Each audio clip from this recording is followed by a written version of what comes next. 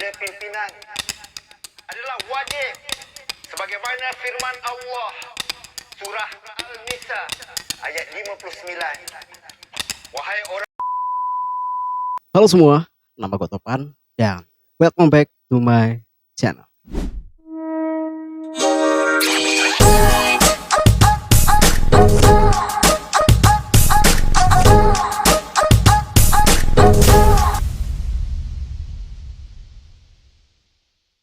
Akhir-akhir ini banyak banget berseliweran di beranda TikTok, Facebook, dan sosial media lainnya yang isinya itu kayak Walid gitu ya. Bahkan ada beberapa teman gua juga yang tiba-tiba aja ngirim stiker di WhatsApp dengan kata pejamkan mata, bayangkan muka Walid.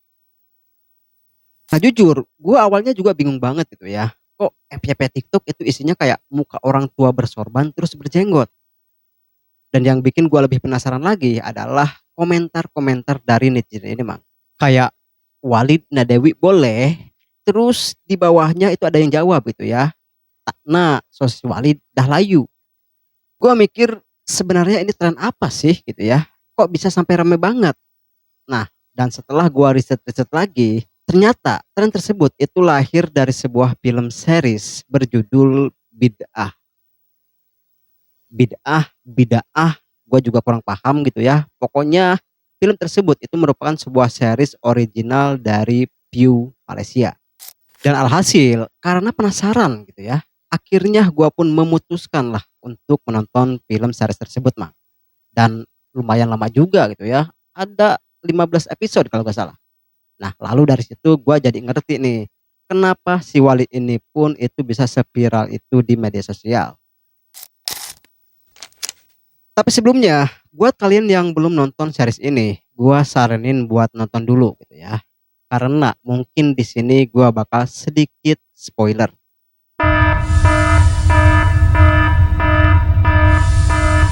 Jadi apa sih sebenarnya yang membuat si Walid ini bisa viral banget? Dan apa saja fakta-fakta yang ada di balik series Bid'ah ini? Kita akan bahas lengkapnya di Bantai. Bahas santai.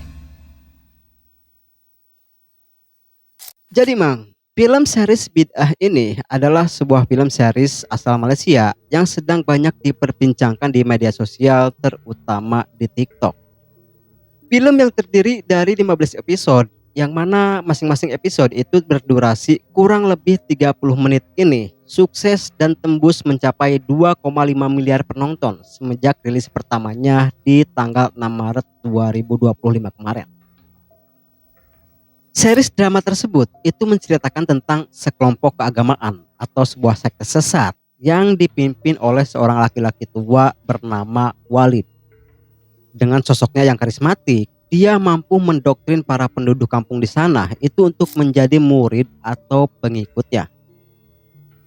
Film ini pun menjadi kontroversial dan menimbulkan pro dan kontra karena ya mengisahkan tentang ajaran sesat dari sisi agama Islam. Nah, tapi walaupun begitu, ada juga nih yang beranggapan kalau film ini itu memang bagus gitu ya. Karena dianggap mengingatkan supaya kita lebih melek lagi dan bisa lebih berhati-hati dengan ajaran sesat seperti ini. Dan kalau menurut gua pribadi sih ya bagus-bagus aja gitu ya. Tapi mungkin gua sedikit geli aja gitu ya melihat muka si Walid ini yang udah tua, cabul, apalagi pas.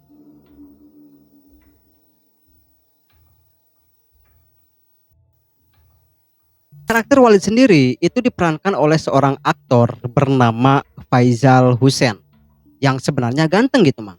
Apalagi pas masa mudanya gitu ya. Bisa dilihat nih dari film-film dia sebelumnya ketika dia masih muda.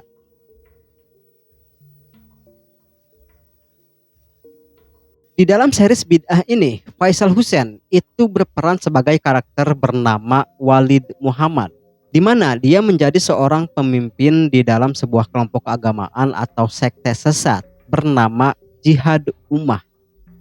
Di sana dia mengajarkan ajaran-ajaran yang melenceng jauh dari ajaran agama Islam kepada para pengikutnya, Bang. Tetapi walaupun si Walid ini adalah karakter utamanya, tapi sebenarnya nih cerita tersebut itu berfokus kepada salah satu muridnya yang bernama Baiduri. yang diperankan oleh Riena Diana. Cerita berawal dari ibunya Baiduri ini yang bernama Kalsum memaksa Baiduri ini untuk bergabung ke dalam kelompok jihad ummah yang dipimpin oleh Walid Muhammad ini.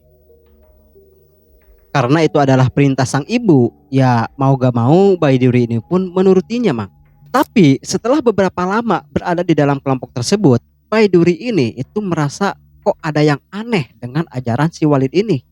Dia merasa kayak meleset jauh banget nih dengan ajaran-ajaran agama Islam yang seharusnya.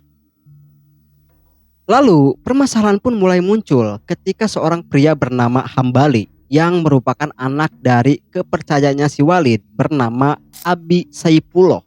Ini baru datang dari Yaman pada saat itu. Seperti halnya Baiduri nih, Hambali ini pun mulai merasakan keanehan-keanehan dengan ajaran jihad ummah ini yang dirasa menyimpang jauh dari ajaran agama Islam. Nah karena begitu, singkatnya di sana Hambali dan Baiduri ini pun itu bekerja sama untuk menyelidiki dan mencoba membongkar kebobrokan sekte tersebut. Ya walaupun mereka itu harus menerima berbagai ancaman dan membahayakan diri mereka masing-masing, Mak. Tapi mereka gak menyerah gitu ya. Pokoknya di sana mereka terus berjuang untuk mengungkap sisi gelap dari sekte jihad ummah ini. Sampai akhirnya nih sekte tersebut itu pun terbongkar dan Walid Muhammad sang pemimpin akhirnya juga harus tertangkap polisi dan mendekam di penjara. Sebuah kumpulan ajaran sesat yang dikenali sebagai jihad ummah yang telah Jadi dari awal sampai akhir singkatnya itu seperti itulah kurang lebih gitu ya. Lalu apa sih sebenarnya yang membuat series ini menjadi kontroversi? Nah jadi nih di dalam film tersebut itu ada beberapa adegan yang membuat para penontonnya ya termasuk gue sendiri gitu ya itu merasa jijik gitu, Mang. Nah salah satunya adalah momen di mana para pengikutnya itu meminum air bekas mandi si Walid ini, Mang. Bisa kalian bayangkan gitu ya, ada daki-daki dari berbagai belahan tubuh si Walid ini yang tercampur di dalam air, terus airnya mereka minum gitu, Mang. Pastinya itu rasanya kayak udah bajigur banget gitu ya. Lalu ada juga adegan di mana para pengikutnya itu meminum air bekas cucian kakinya si Walid ini, Mang. Yang menurut penonton ya kayak berlebihan banget gitu, Mang. Sampai segitunya gitu ya. Selain itu, yang membuat film ini sangat kontroversial adalah adegan di mana si Walid ini memadu kasih dengan murid-muridnya yang masih di bawah umur. Nah jadi di dalam cerita nih, si Walid ini itu mengajak beberapa murid perempuannya yang masih di bawah umur untuk menikah secara batin, Mas. Gua juga gak tahu nih konsep nikah batin itu kayak gimana gitu ya. Ya yang pasti itu tidak sah secara agama apalagi secara negara. Intinya itu hanya akal-akalan si Walid saja untuk bisa mencicipi murid-muridnya tersebut. Dan lebih parahnya lagi, hal ini itu sering terjadi di Indonesia ini, Mang. Ada beberapa kasus di Indonesia ini di mana seorang guru agama melecehkan murid-muridnya. Jadi mudah-mudahan ini menjadi pelajaran untuk para orang tua yang mungkin ingin memasukkan anaknya ke pondok pesantren atau mau ke asrama gitu ya, agar bisa memilih dan memilah tempat sang anak untuk menimba ilmu gitu, Mang. Jangan sampai nanti si anak pergi dari rumah untuk mencari ilmu, tapi pulang-pulang malah membawa dede bayi. Nauzubillahi min dzalik. Mungkin sebagian dari kalian itu merasakan kesal gitu ya setelah menyimak penjelasan gua tadi, Mang. Apalagi kalian yang udah nonton filmnya. Nah jadi sekali lagi gua tekankan, semua penjelasan yang dari tadi gua bahas itu merupakan dari filmnya, Mang. Ingat, hanya film gitu ya. Jadi jangan baper nih. Gua takutnya nanti kalau kalian lihat atau ketemu dengan Faisal Hussein itu jadi kebawa kesal gara-gara peran yang dia bawakan. Mungkin memang karena Faisal Hussein ini adalah aktor senior. Bahkan dia juga mendapatkan banyak banget penghargaan di dunia perfilman. Jadi ya menurut gua keren gitu ya. Bisa membuat penontonnya terbawa emosi gitu, Mang. Karena ya kemampuan aktingnya yang memang nggak diragukan lagi. Jadi wajar-wajar aja nih kalau kita juga kebawa emosi karena memang sang aktor itu mendalami perannya gitu Mang. Tapi Mang, walaupun ini sebuah film gitu ya, faktanya kisah tersebut itu memang diangkat dari sebuah kejadian nyata yang dialami oleh sang sutradara bernama Erma Fatimah yang mengambil perspektif dari karakter Baiduri. Jadi bisa dibilang kalau Erna Fatimah ini adalah Baiduri di dalam filmnya gitu Mang. Di dalam sesi jumpa media yang diadakan di Kuala Lumpur, Erma ini mengaku kalau dia pernah berada di sebuah kelompok keagamaan yang berada di luar Kuala Lumpur. Pada awalnya tidak ada sesuatu yang mencurigakan di dalam kelompok tersebut.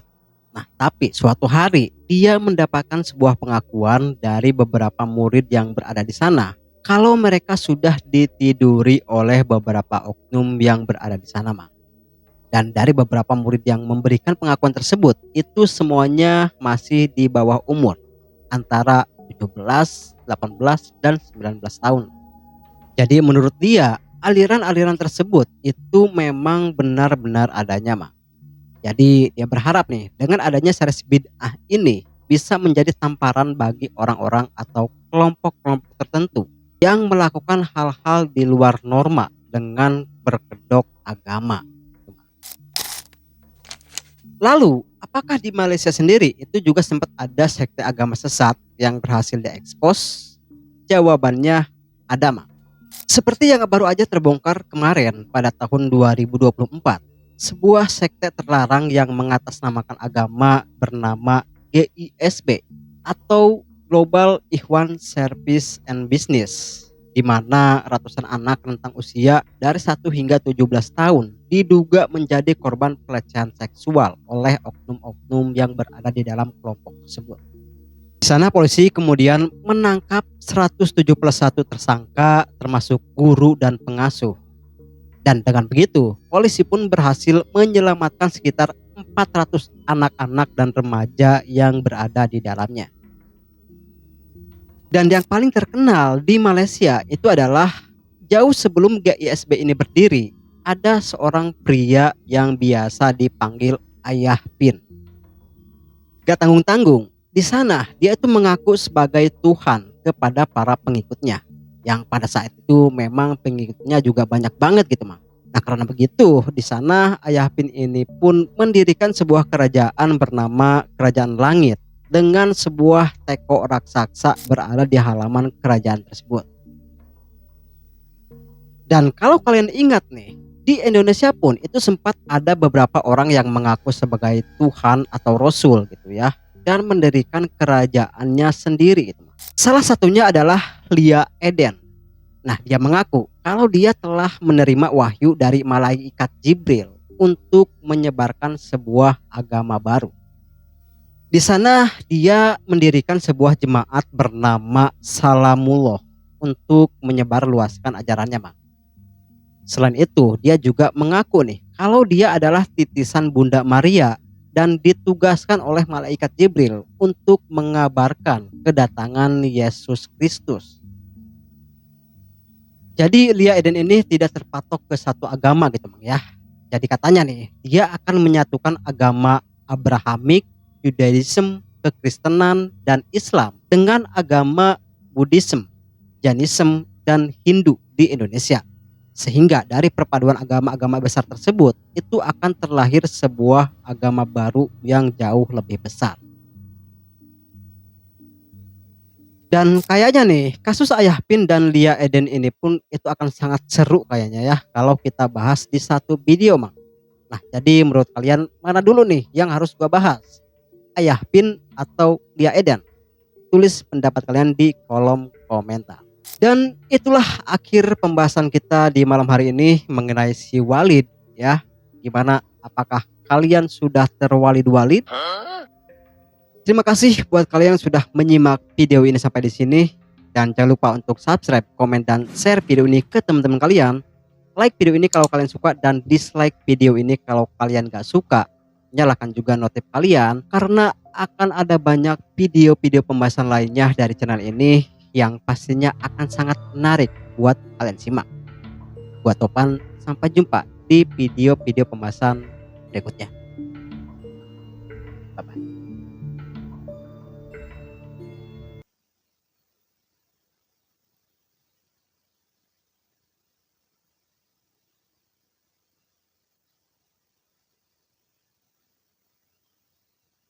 Si Wali.